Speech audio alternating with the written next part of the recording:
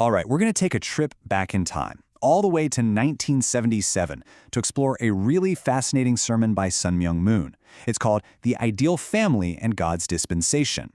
And, it presents this vision of a world that's right on the brink of collapse, but it also offers a very specific and pretty radical idea for what could save it. And that idea is the ideal family. So let's break down what that vision really entails. So the sermon kicks off with something I think we can all relate to, right? That deep-seated desire we all have for a family. But it pivots really fast to a pretty challenging question, not just for its time, but maybe for ours too. In a world that feels so broken, what does an ideal family even look like? So here's our roadmap. We're going to follow the sermon's narrative arc. First, we'll dive into the diagnosis of the problem, what it calls a broken ideal and Satan's world. Then we'll get into the proposed cure, moving from just a single ray of hope all the way to a final, grand, cosmic vision for all of humanity. Okay, let's start with the core problem as the sermon sees it. And that is the complete collapse of the family. It argues that this ideal we talk about isn't just struggling a little bit, it's fundamentally broken. This quote right here, this is the bedrock, the foundational premise of the entire sermon. The argument isn't just that a truly God-centered family is rare, it's that one has never existed on Earth, period. This totally sets the stage by defining the problem not as some kind of decline, but as a complete failure to ever reach the ideal in the first place. So, what does this fallen state actually look like in day-to-day life? Well, the sermon describes a total breakdown of trust at every single level, between spouses and even between parents and their own children. And it argues this is all happening because love has been corrupted. You see, instead of being given freely, it's something that's demanded for oneself. The family, in this view, has become totally centered on self-interest. But if nobody wants their family to fall apart, what's really driving this global decay? According to the sermon, it's not just about social trends. It's an invisible, malevolent force actively working against humanity. This whole conflict is presented as this kind of cosmic tug-of-war over the fate of humanity. And you can see it laid out here. On one side, God's will is to build the ideal family in a world of love. But on the other side, Satan's goal is the absolute opposite, to tear the family apart and just create a world of chaos. The sermon lays out this very specific three-step strategy for this spiritual attack. First, it starts right at the heart of the family by disrupting love. Then, it targets the individual's physical body, using drugs to create dependency. And finally, it argues that this whole strategy gets weaponized at a national level through ideologies like communism, which the sermon claims are designed to just demoralize entire free nations from the inside out.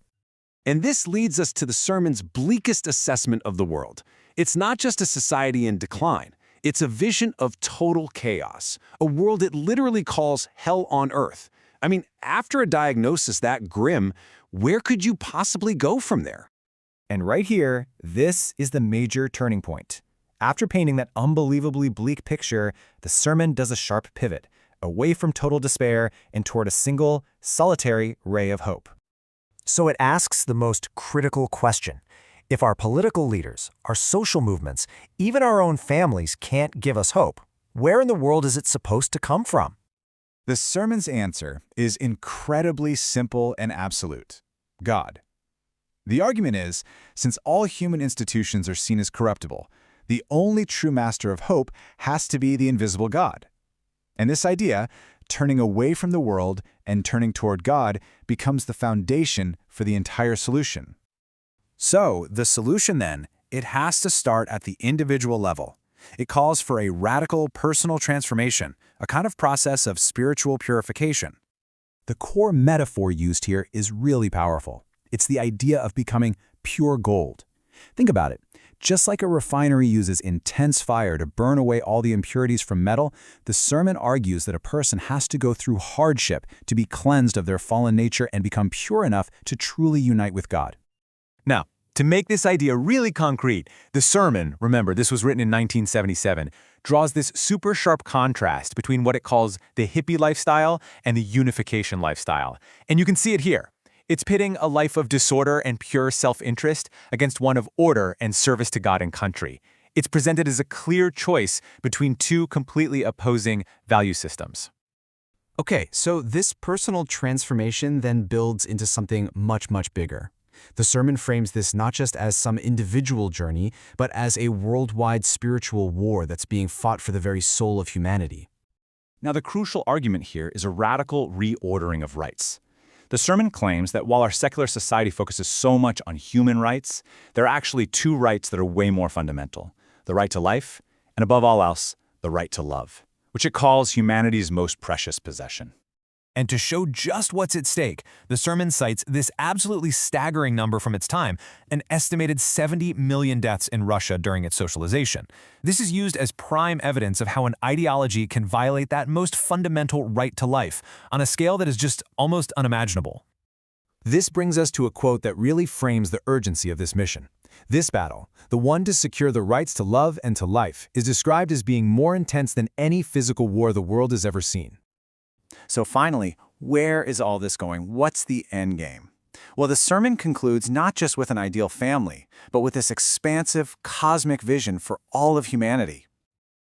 The sermon uses an analogy here that's straight out of the space race era of the 1970s. Earth, it says, isn't our final home, it's like a Cape Kennedy. It's a launching pad. Our lives, when they're fueled by love, become like a rocket aimed directly for heaven and the very heart of God. The ultimate goal here is to create a family whose love is like an arc light, incredibly bright and powerful. It's a vision of a home that is so filled with pure love that it becomes a beacon, a place where God himself would actually want to come and live.